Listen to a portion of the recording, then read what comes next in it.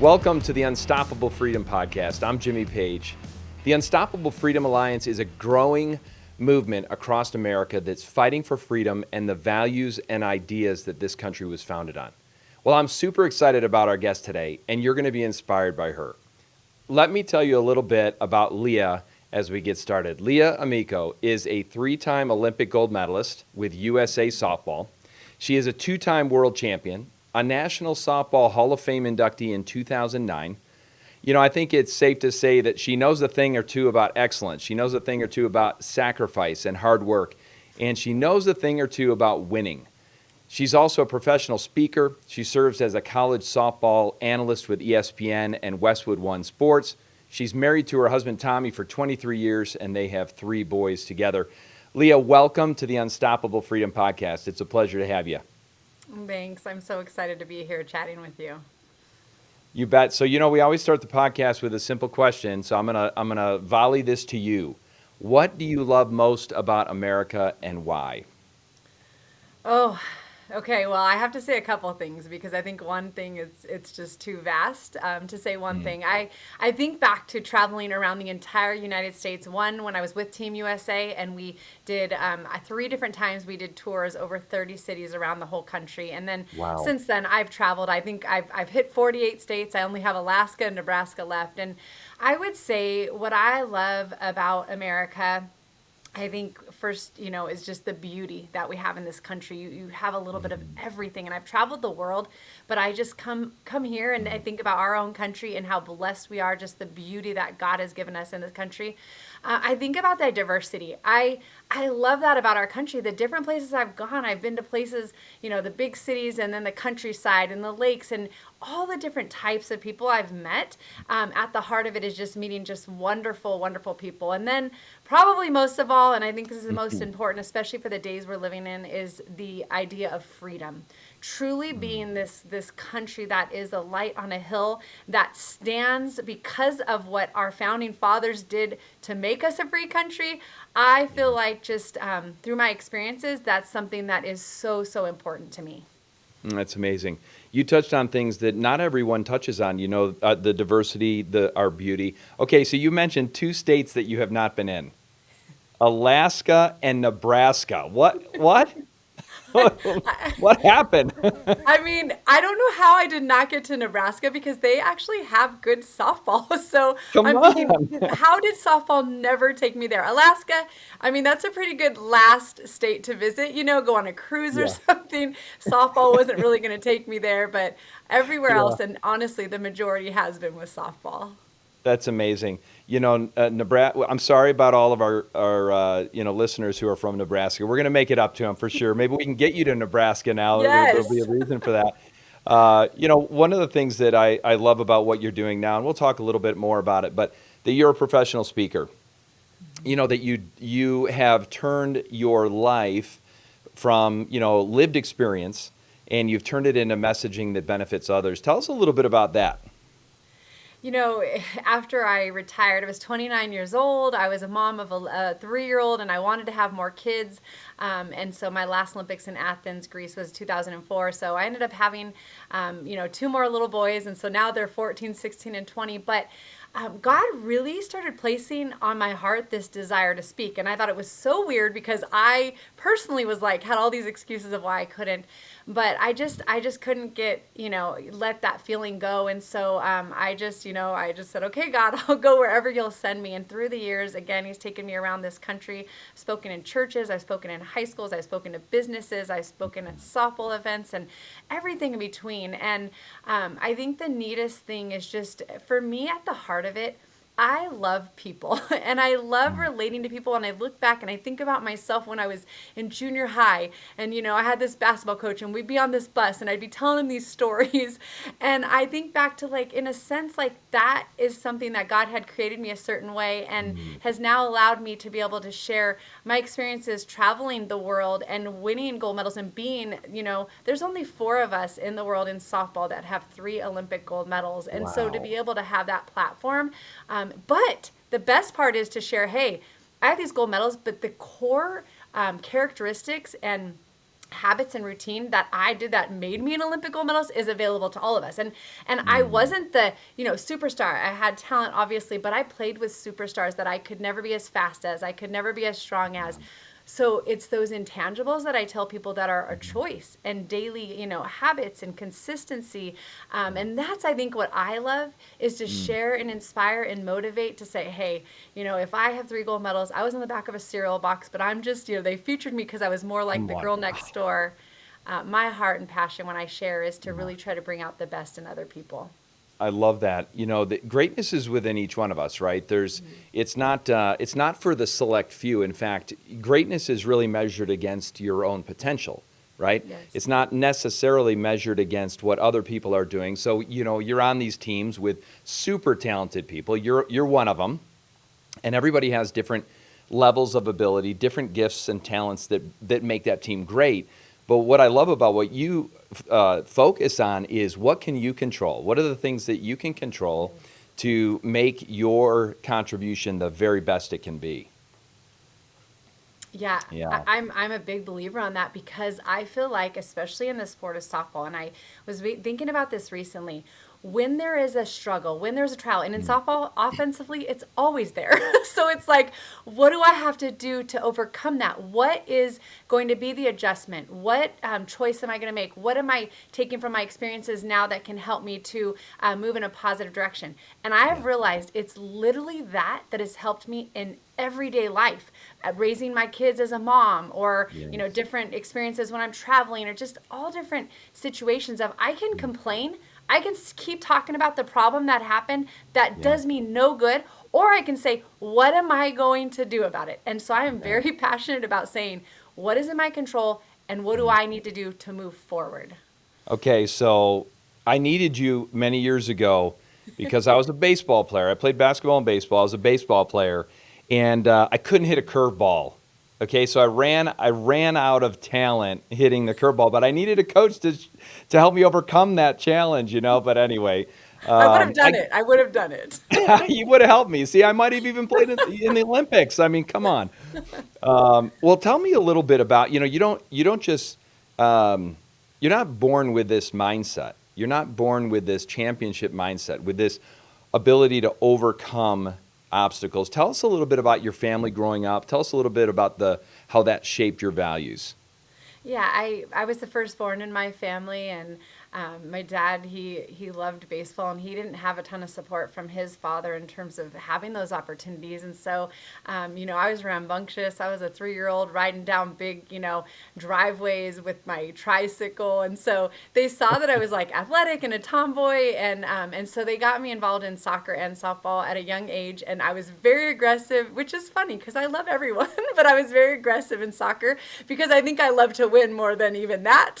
So, Exactly. and so and then I had a younger sister and brother, but I think the biggest thing really was that idea of like my parents seeing the passions that I had and then making opportunity. And that's something that with my own children I've wanted to do is where are they driven? I don't want them to do something because I want them to do it.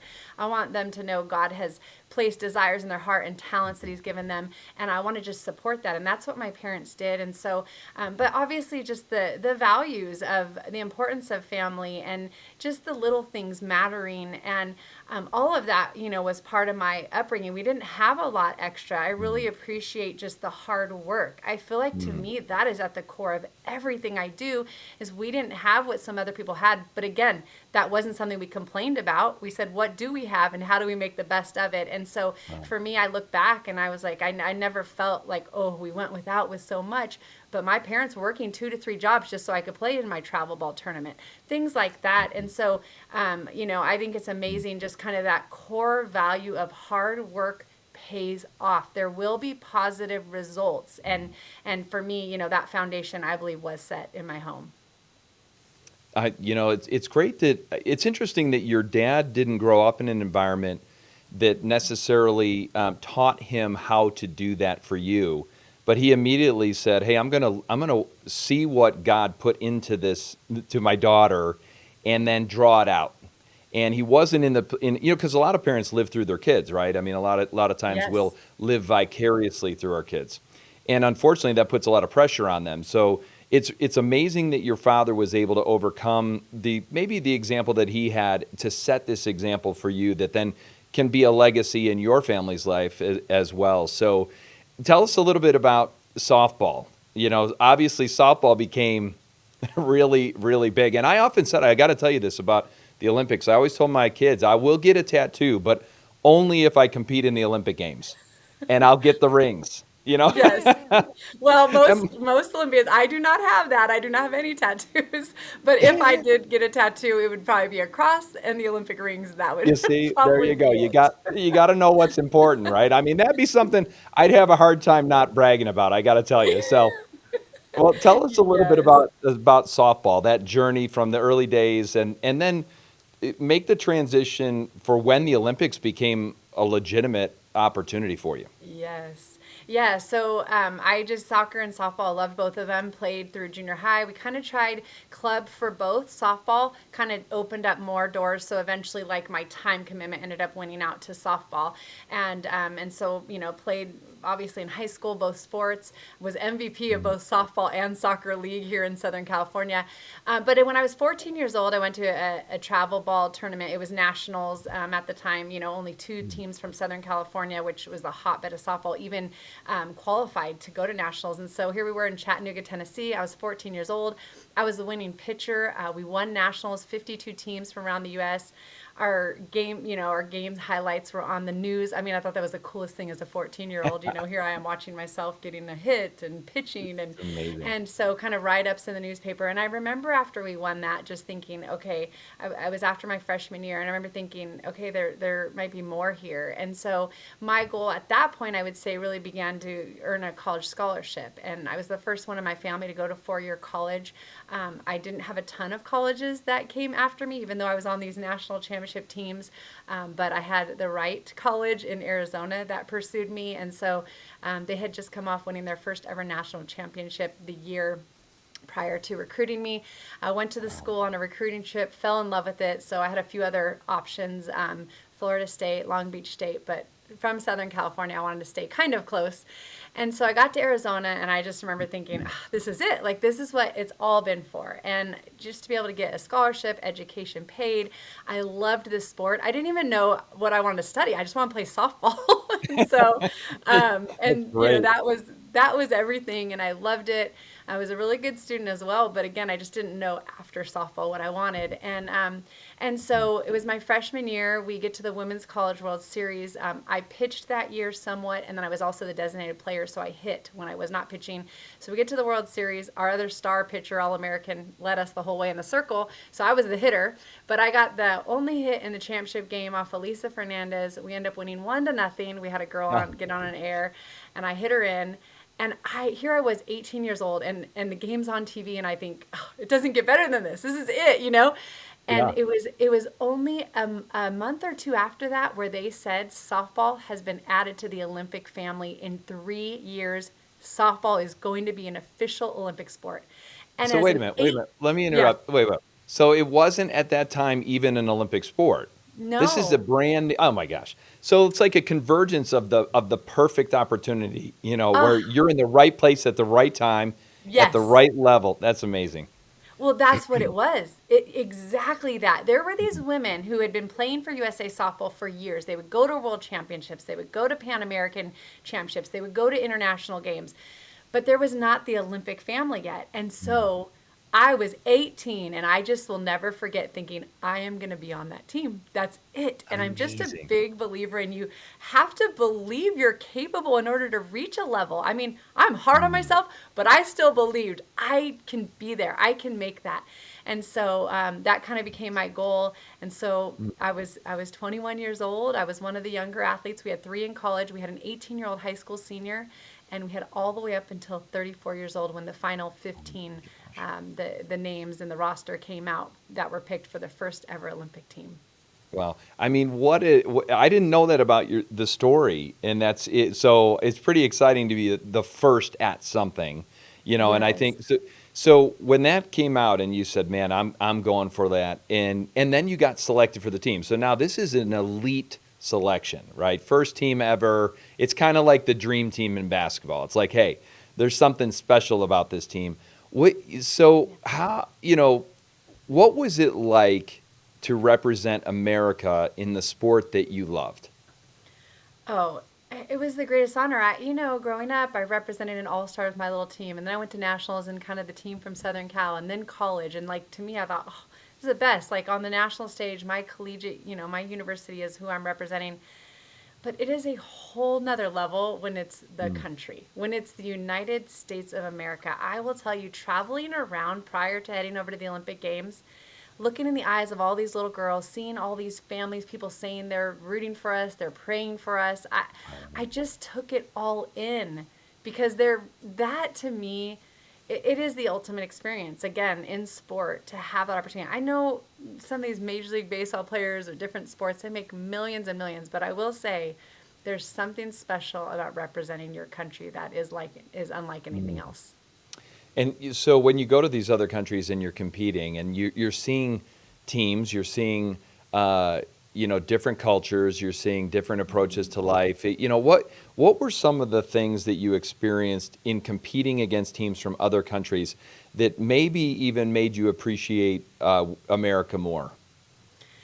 Like each team kind of had their own feeling and atmosphere. I think of like going to Guatemala, and it was a Pan American qualifier. So we were essentially like a B team for Team USA, and Mm. Cuba. I mean, these Cubans, they were wild. First of all, they're just dancing around the village all the time, music super loud. At Oh one my point, they're God. throwing firecrackers under our doors. Like, it was wild. I They're trying kind to of felt rattle like it you. was. They're trying to rattle you. They were. It was almost like this, like, what can we do? Because we know the Americans are so good at what they do. So Um, great. and so even just playing in Guatemala was like, wow, like the Mm. blessings that we have. We had cold water for 12 days, two showers for 22 women. We were all Oh staying in this, gosh. one big house. We literally were eating peanut butter and jelly because we were nervous people were going to get sick. Like that to me, I will say that was when God really. I was 19 years old. It was my first experience making a USA team, and I would say God really actually, it was right around the time where He was Mm. actually exposing like himself to me and who He was. Like my eyes were finally being open. It played a part. I came home from that Mm. trip so grateful for warm water, for clean water. These little ones that would come support us, waving American flags that we'd given them, no shoes, no running water in their house that's at the back of the softball field. So I feel like God was like showing me like there's a bigger picture here and just how we are to use this blessing of living in America and being from America. And then, we would go to Japan and it just such a different culture. And really, I love the Japanese players we got to play against, but you could tell it is a little more rigid and just their style Yeah. of the way they do things is very different. Australians, they're kind of like Americans. I feel like there's a mix. I feel like they were, even in softball wise, I feel like they play the most similar to us, the way Mm. we do. China, again, probably the most regimented just from playing. I never played in China, but competing against them on the field. And actually, in the first Olympics, 96, they got the silver medal. We had to beat them 3 times. They Wow. had the best pitching outside of America. But very interesting, a couple of their players defected and Mm. ended up coming to the States. And so I didn't know a ton at that time about, Yeah. just world events and politics.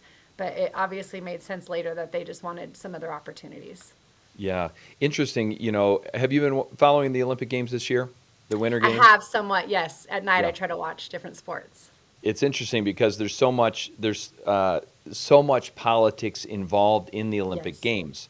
Probably as a competitor, you may not at that time. This is at a time where maybe it wasn't as contentious, but there were issues going on when you were competing in the Olympic Games.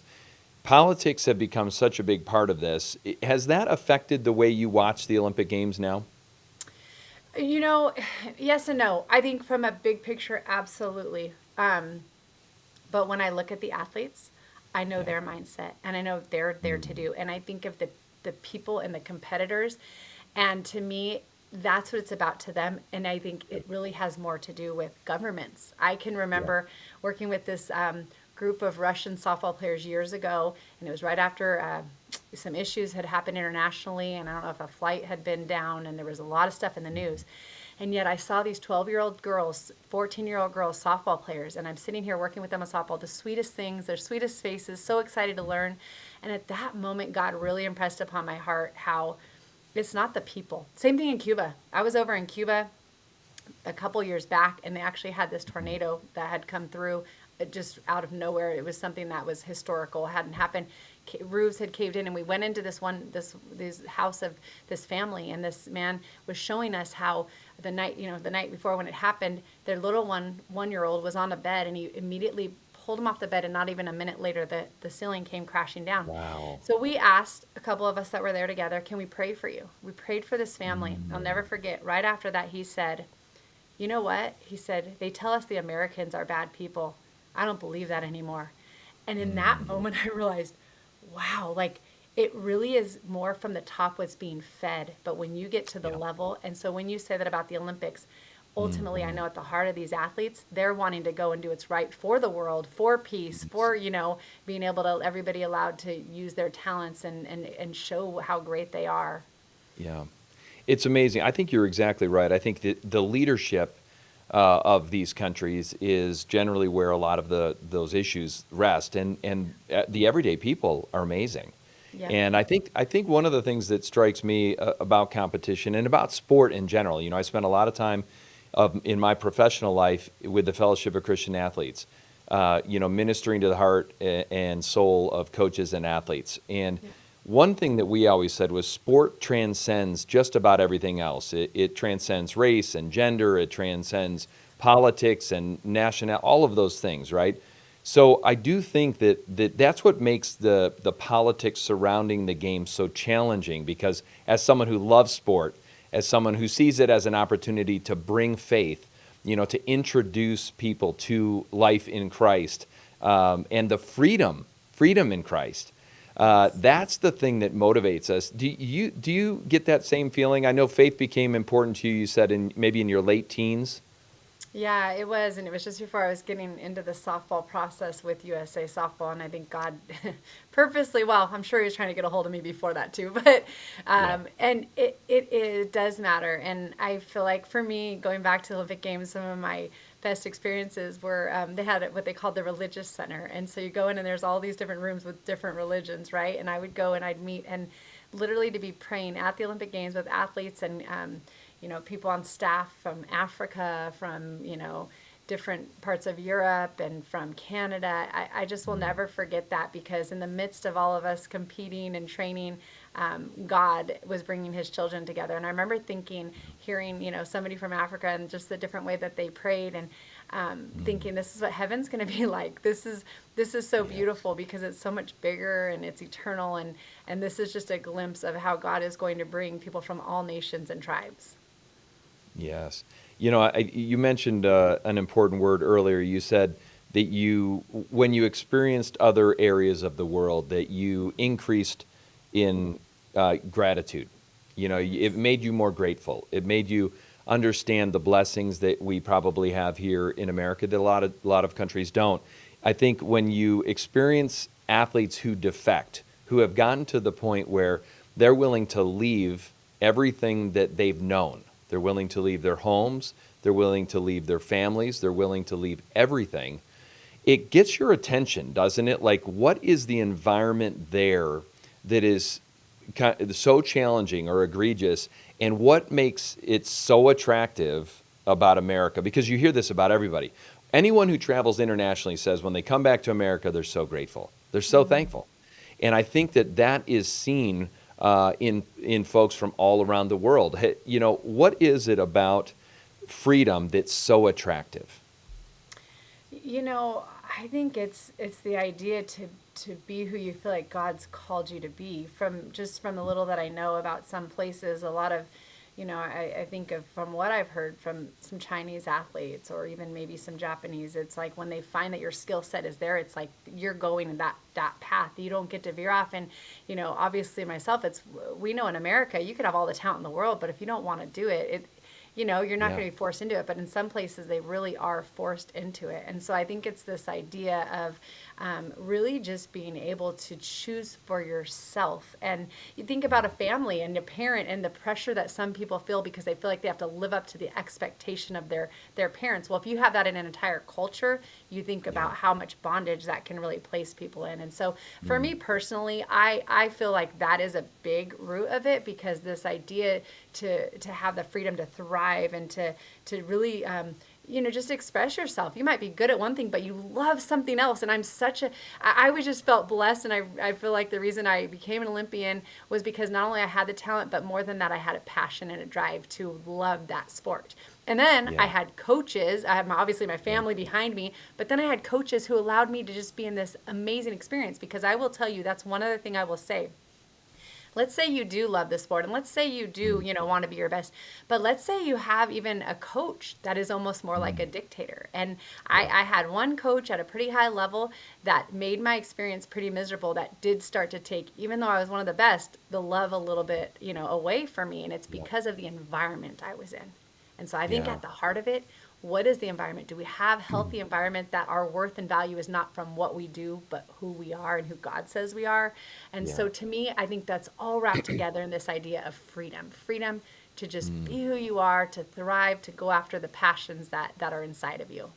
I love that. It is the picture of life, liberty, and the pursuit of happiness, right? It's pursuing the things that you're most passionate about. You've said it a number of times that when you're motivated by internal passion, when you feel like the love of softball, for example, your performance on the field, your ability to sacrifice, to overcome challenges, you'll because it's that important to you, you will overcome any challenge in front of you, right? But when the pressure is that external pressure, I heard Ken Griffey Jr. once say that, that when you start to have fun, when you start to play with passion and fun, that it turns all that pressure into pleasure. Yes. But I think what we're talking about is when there's that external pressure, whether it's from your country or whether it's from your coach, it does rob you of the joy for life. It robs you of the joy for what you were maybe one day passionate about, doesn't it? It kind of dilutes it. And then at some point you burn out, don't you? I mean, at some point it's just not fun at all. And I think that's exactly it. What you're just saying is like, there are pressures. Okay, so that's part of it. That's going to be there.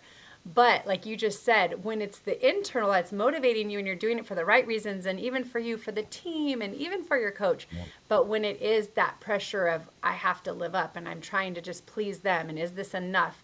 It literally takes out the joy. And you're right. And I think this is why a lot of kids end up quitting sports, because, they just maybe they feel like they can't live up to the outside expectations. So Yeah. I was very thankful and blessed that my Olympic coach at the end and my college coach was the same person, Mike Candrea, but he was very much about the journey. And if you do things right on a daily basis, Yeah. it will all work out. Whereas the times where I felt like the struggle was, and you're talking about, what Ken Griffey Jr. said, was that it was the outcome has to be this, the outcome has to be this. And you're just Yes. constantly trying to please, Yeah. somebody and trying to get that Yeah. result, as opposed to if I just take the step, I can trust that the rest will take care of itself. And it literally Yeah. is a whole different mindset.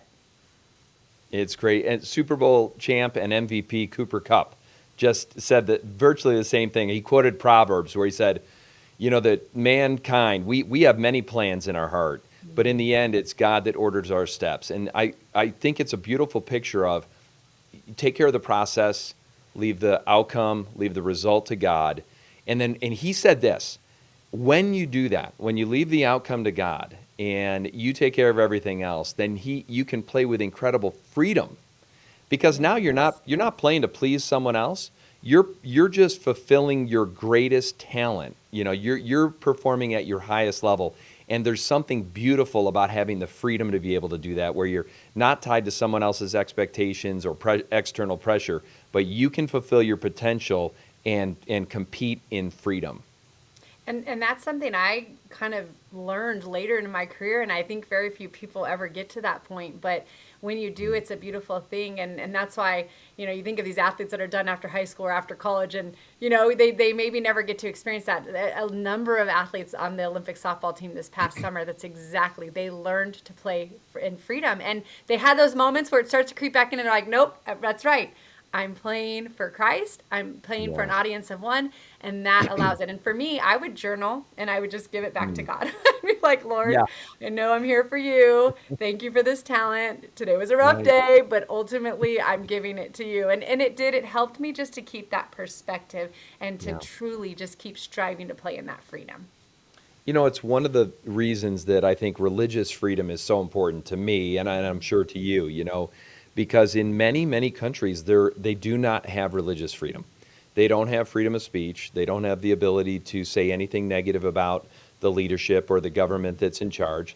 We're even seeing a bunch of countries that we would consider free countries that are clamping down on people's ability to speak their mind. And in fact, we're even seeing that in America with this cancel culture idea that if someone makes a mistake publicly, they get canceled, or if someone has an opinion outside of the prevailing narrative or what I would consider the state narrative now, Yes.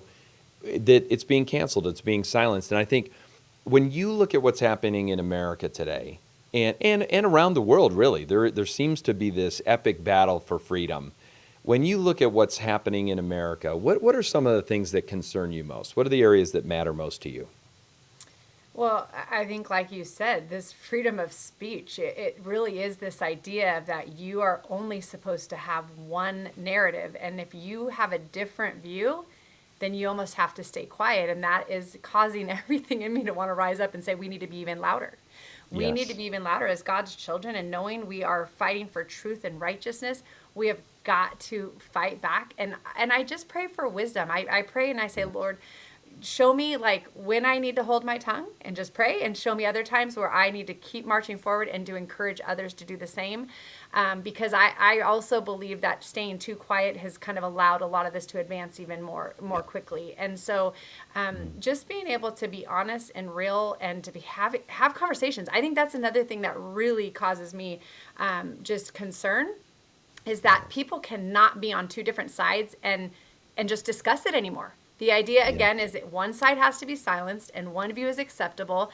And to me, we need to have discussions. Let's talk about why we believe what we believe. Because I'll Mm. tell you, even on my Olympic team, we would have some amazing discussions on the bus. And Yes. here's what I would say about the whole political idea. Because again, in college, I didn't know much about it.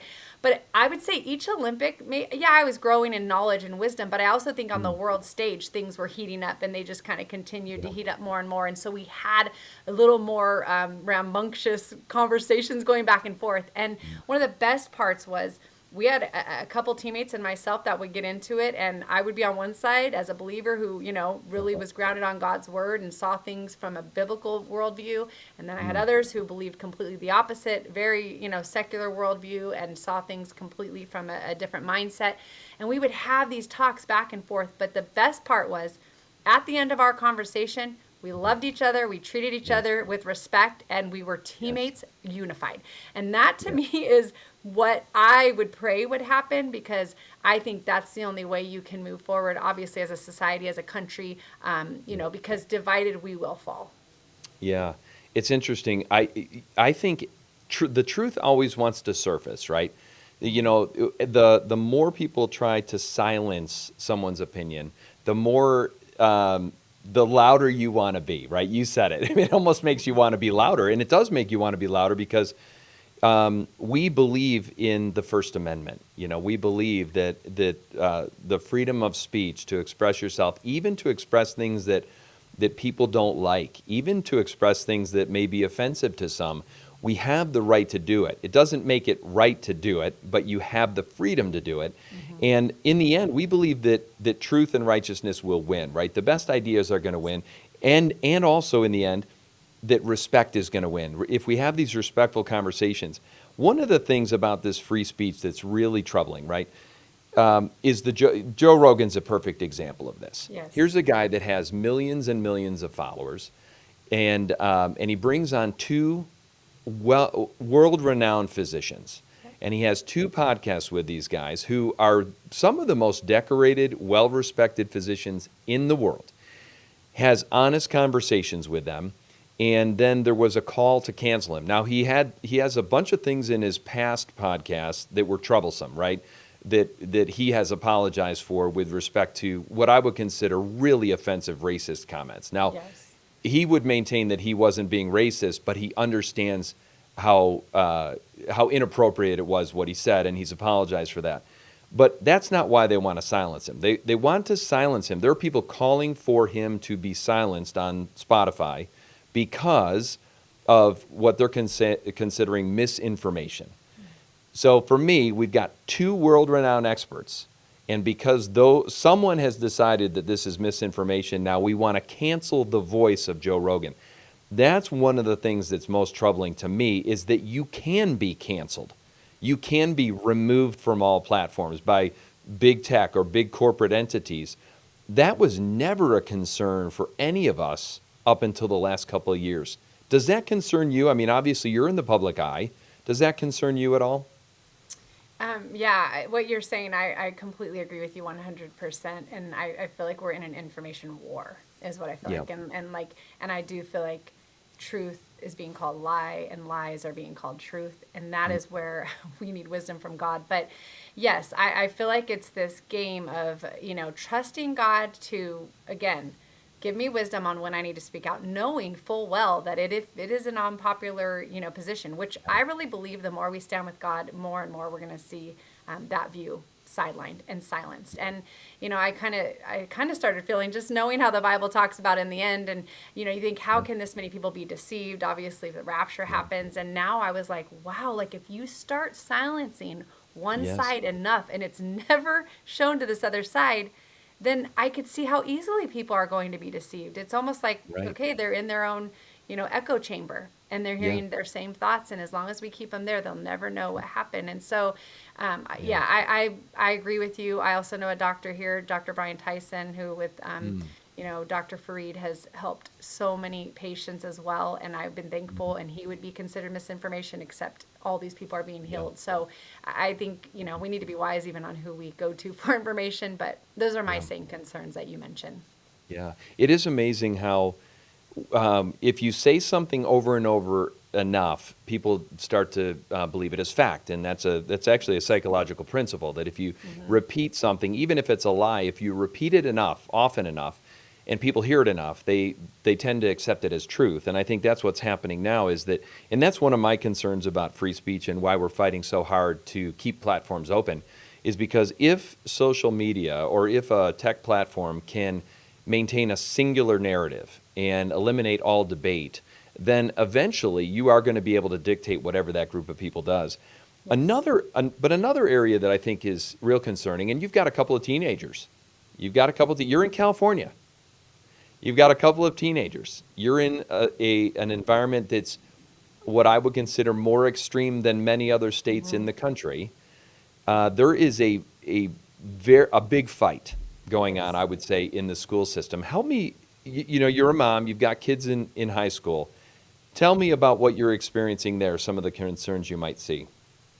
Oh, yeah. Well, I homeschooled up until my youngest is in ninth grade and went this year for the first time. And a couple Wow. years ago for eighth grade, my sophomore started going because he wanted to play high school football. And up until then, I was thankful to be able to homeschool and to be able to Wow. have them kind of, being taught with just biblical values and worldviews and, still learning and learning other side as well. But obviously, I was able Of course. to be one of the main voices that they were hearing. And so I've seen a couple things. I started going to school board meetings, and I've seen how finally people are being made aware of what is happening, and these people that are on these boards, and how they are absolutely there to push an agenda, and they really don't really care what the parents have to say, and yet it's our children that are being effective. And so Yeah. for me, I feel like banding together, that's happened a lot in our community. Very thankful to see that. I talk to my boys, and they come home and they go to one of the largest high schools here in Southern California, and just the things that I hear, just the way people are dressing. I mean, that's obviously for a long time been an issue, but now it's just over the top. Literally, they're showing me a picture of a girl with a collar around her neck and a boy holding a leash. And the fact that this is allowed to go on in our high schools is absolutely disgusting and concerning. And this stuff, I think, who are the leaders? So I think these leaders that are leading our schools, and I don't care if it's the superintendent, the principal, or the staff in general, The Yeah. fact that somebody does not stand up and say, we have got to stop this, this is not Yes. okay. Instead, it's almost like this, oh, we can do these things on these campuses. Yes. To me, it makes me sick that we have no leadership. Yes. That's all it Yeah. shows me is the leadership is absolutely very, very poor. And then what do we see? This is the result of it. Yeah, and there's no standard anymore, right? No. My father was a superintendent of schools in upstate New York for many, many years. So as a kid, I felt pressure academically. I felt a lot of pressure, like, hey, you can't be the superintendent's kid and not have success academically. But the standards were so high. The positive expectation for us as young people was so high. There were values that we agreed upon, right? There were values of hard work, there were values of sacrifice, there were values of respect, and all of these other things that seem to be just have gone by the wayside. And so when I look at that and I see behavior like that that's not being addressed, that leadership is not standing up to and saying, "Hey, this isn't going to work." We've lowered the standards so far so that no one feels less than, instead of calling people to this higher standard. And I think that's one of the things that we're most concerned about is where is the leadership and how do we start to elevate people's expectations about what they can accomplish? Yeah, yeah, I absolutely agree. And I do think it all comes down to raising that standard, like you mentioned. Like the idea is, okay, maybe if they don't reach it, obviously we have a way to deal with that. That's a healthy way.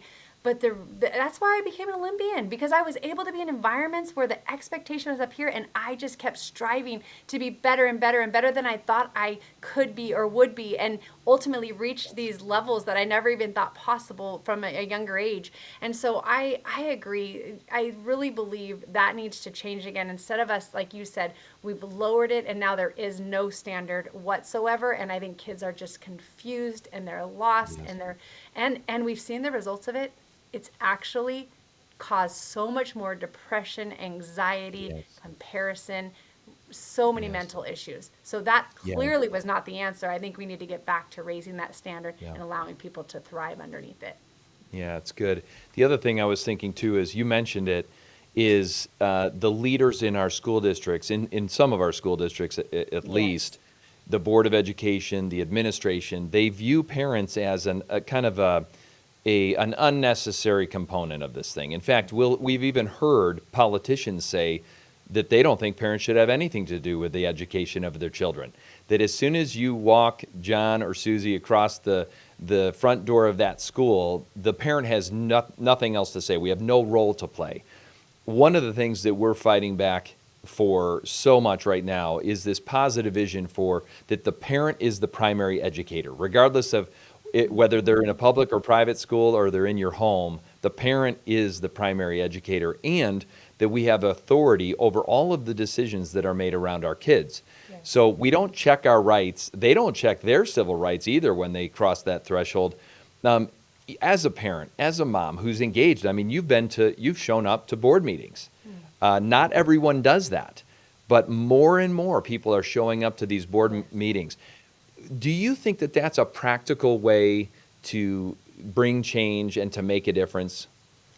I think it's a start. I do. I think it's the start, and I think the more people, and I will tell you, there's just something that happens when you have a couple hundred people at this board meeting, and you had heard in the past the room, that's because it's an overflow and there's no more space in the room, and before the room was empty. And so it tells me Yes. people are more aware, and it tells me that people are willing to act. I think for so long you just trust and you just hand them over, and now people are realizing that was the worst thing we could have done. We need to be on top of everything that's happening, and they are not trustworthy. They've shown, they've Yeah. proven, and I think around this country we've seen so many people just be so shocked. I've been fortunate because the church I go to is very, very involved, and so they are constantly educating everybody what's happening on the political scene and in the classrooms, and anything that is coming up from parents' concerns is being brought to the attention of the entire body at our church. And so that for a long time, again, I was thankful even more when I had my kids at home because I would hear these stories. But then Yeah. now, again, now that my children are going, and what's great is I see a number of other homeschool parents that are actually speaking at these board meetings. Their It's children are at fantastic. home, but they're saying, I'm doing this for other children because I know our country Yes. depends on it. The future of our Yes. country and the children that are in these classrooms depends on it. And so Yes. I think it's one step. I think finding that unity and common bonds locally. I really believe local is action is the best thing we can do right now, because I think that then will eventually overflow to the nation.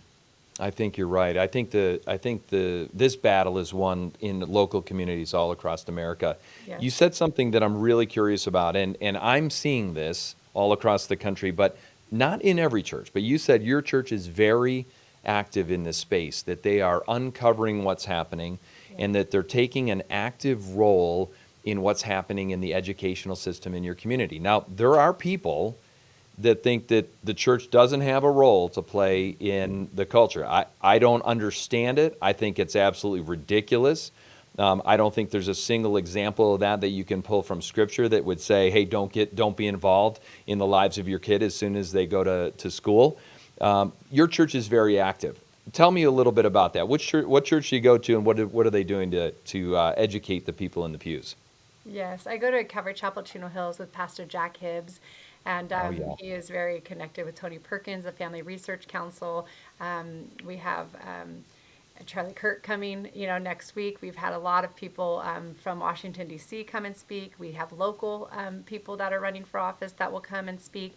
And he really just wants us to be aware, because I think the way that we lose a country is for everybody to be uneducated and to have no idea what's really happening behind the scenes. And all of a sudden you wake up and you've lost your freedom. And so, Yeah. with that, our pastor is very passionate about history. He's very passionate about what happens in policies, because that's the idea, is these policies will again transform the country that we know, and we will lose America as we know it.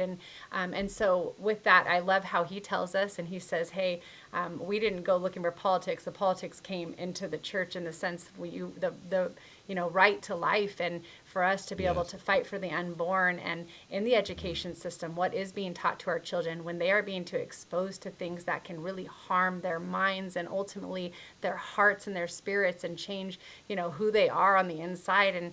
And we know that Satan comes to steal, kill, and destroy. And so I'm very thankful for Pastor Jack. He Yeah. he wants people to be aware. He talks a lot about, obviously, biblical prophecy, and all of it ties together. And the only thing I would say is those that say, oh, it shouldn't be combined. I think those must be the people that go to church on Sunday and that's their time with God. Because in my Right. opinion, even as a softball player, I was out there on that field Yes. playing for the glory of God. It is to transcend Yes. every aspect of my life, everything I do, how I talk, every person I Yes. meet. It is supposed to play a Yes. part, because Jesus Christ is my Lord and Savior. He is first in my life, and I am called to go out and be a witness to the ends of the earth wherever He calls me. Well, I got to tell you, I'm inspired by that for sure, because I believe the same thing, that we have to live an integrated life, right? My faith is not a component of my life. It informs every aspect of my life.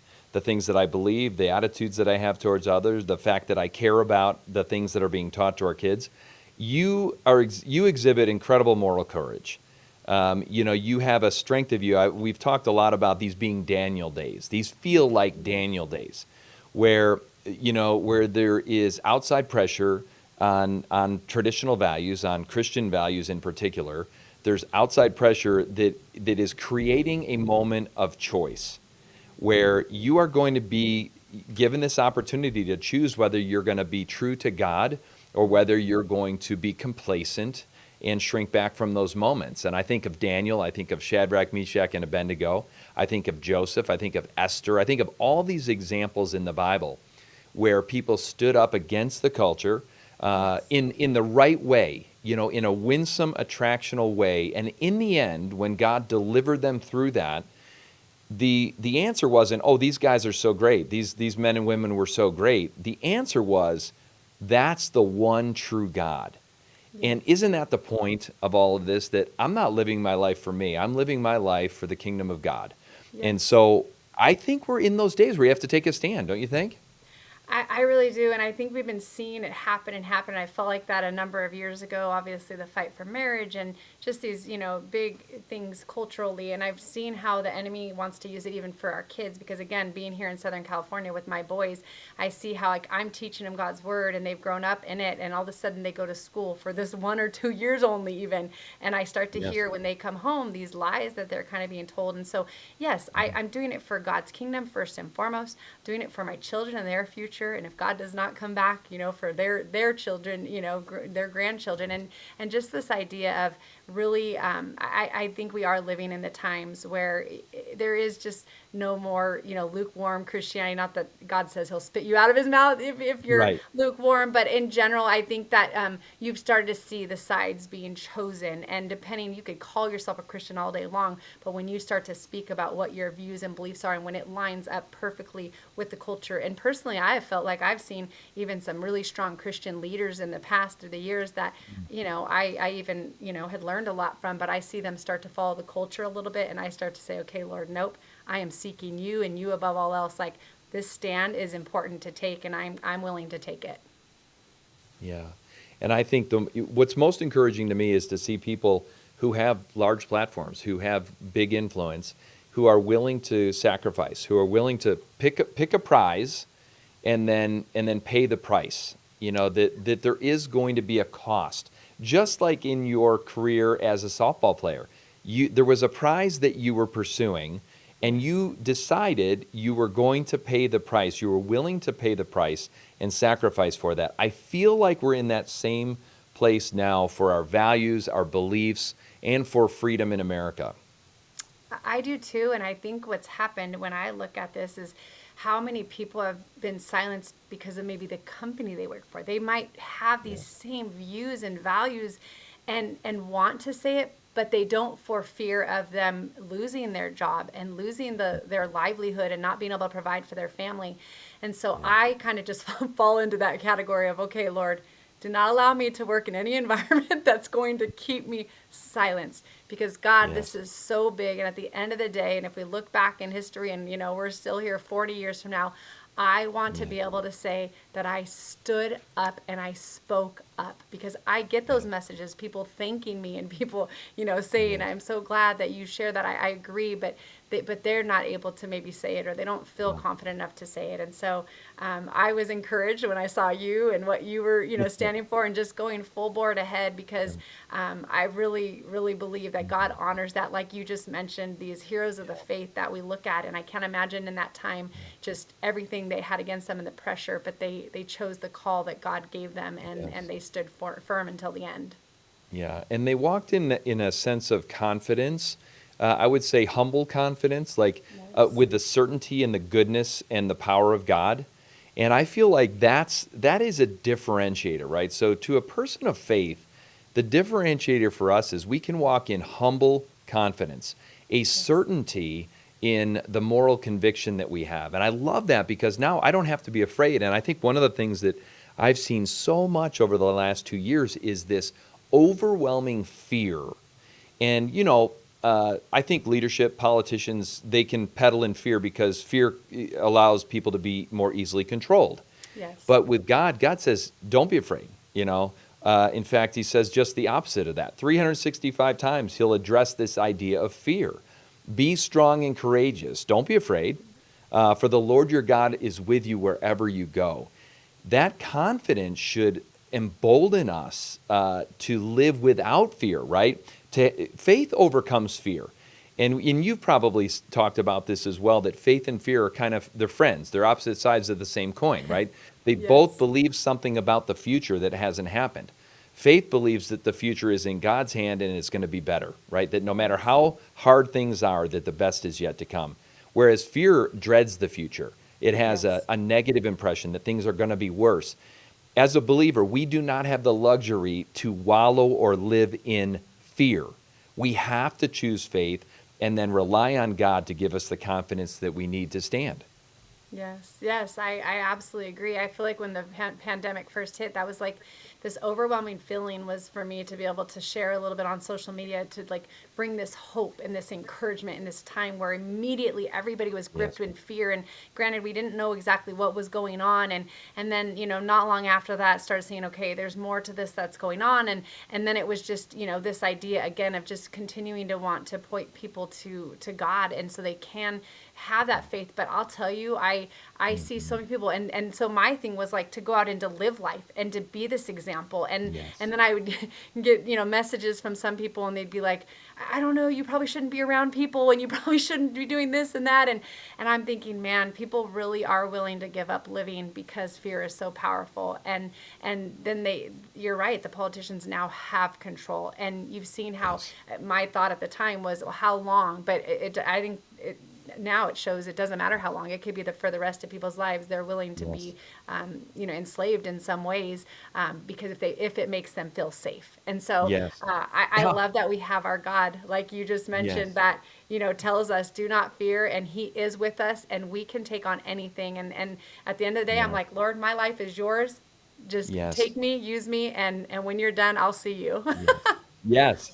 And when did safety become the dominant value?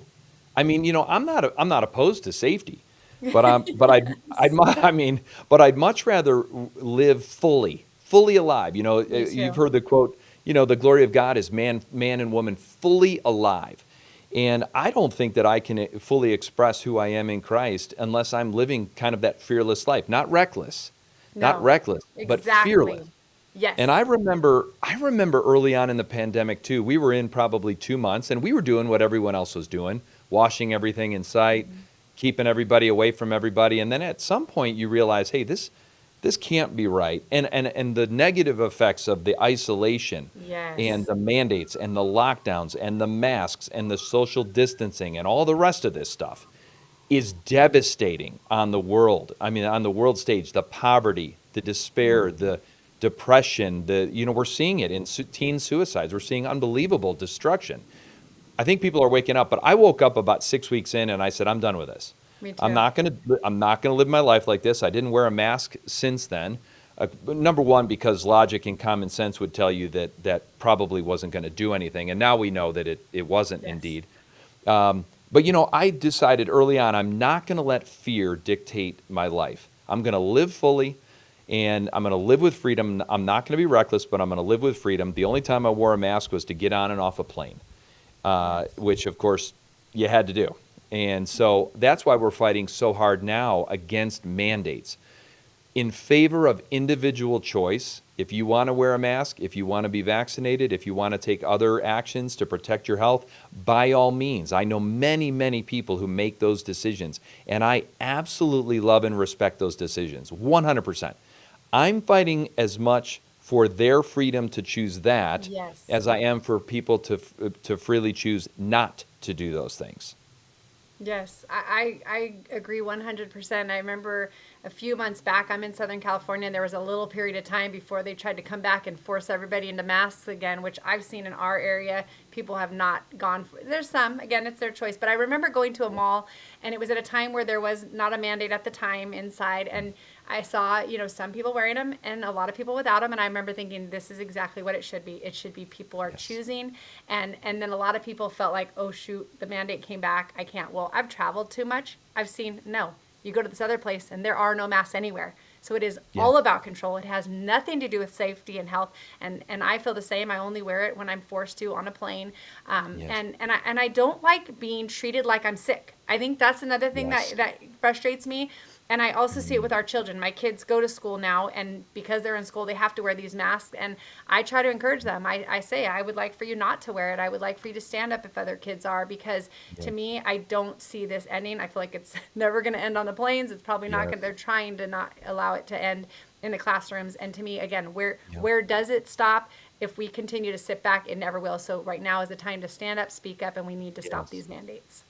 Yes. And it's amazing to watch the students take control of Yes. their freedom. Oh my gosh, we're watching these videos of kids. They come to school without masks. They all get turned away. They walk out. It's brilliant, And Yes. I said, this whole thing ends. This whole idea of mandates ends when the adults decide it ends. Yes, You I agree. know, But the students, the student uprising, what I'm loving seeing is they're taking control of their freedom. And it's inspiring me to be more courageous in the fight. Yeah, I agree, and I told my son to try to get him on the same page because again they fight with this idea of like I'm being forced and I have to do my schoolwork and they're going to kick me out and I'm going to have all this extra homework, and Yep, I yep. just try to remind him like it's the only place you wear it.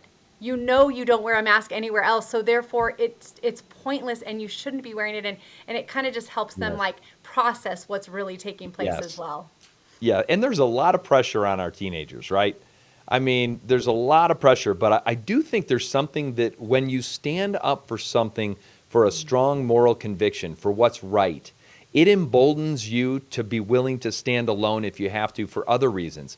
And that's one of the things I'm trying to encourage our kids is, and my kids are all grown now, except for my youngest, my daughter's a freshman in college, but we're trying to encourage this next generation that doing the right thing courageously has greater long-term benefits in your life than going along will ever do.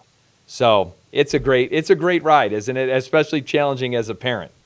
It is. It's a different view, and I think how would I have been? But I would hope that this is, this spirit that God's allowed to rise up in me would be the case, Yeah, if I was younger at this time. But like you yeah, said, I know they have a lot of pressure on them. I know they have a yeah, lot that they're going through. So my, heart is to just allow my kids and yeah, those I have any influence over, to be able to see, again, who God is calling them to be, to just be strong in that, and then like you said, to be strong and yes. courageous in these types of situations. Yeah. Well, on that note, we're gonna call it a day. This has been just an absolute joy. Thank you for being in this, and thanks for taking your faith wherever you go. Thanks for being courageous in who you are as a woman of God. Thanks for being winsome, attractional, bringing people to the things that matter most, and for being willing to take a stand. Super super thankful for you, Leah. It's been a Well, great time. thank you, Jimmy. I appreciate it. And really, when I see just your posts and what you're doing, I tell you, it encourages me even more. And it's like, okay, there's my teammate. We're on the right team. Let's go. Yes. Yes, I love that. I love that. Well, super grateful for you. We'll be praying for you as you continue to influence many people, and God bless you. Thank you. God bless you too.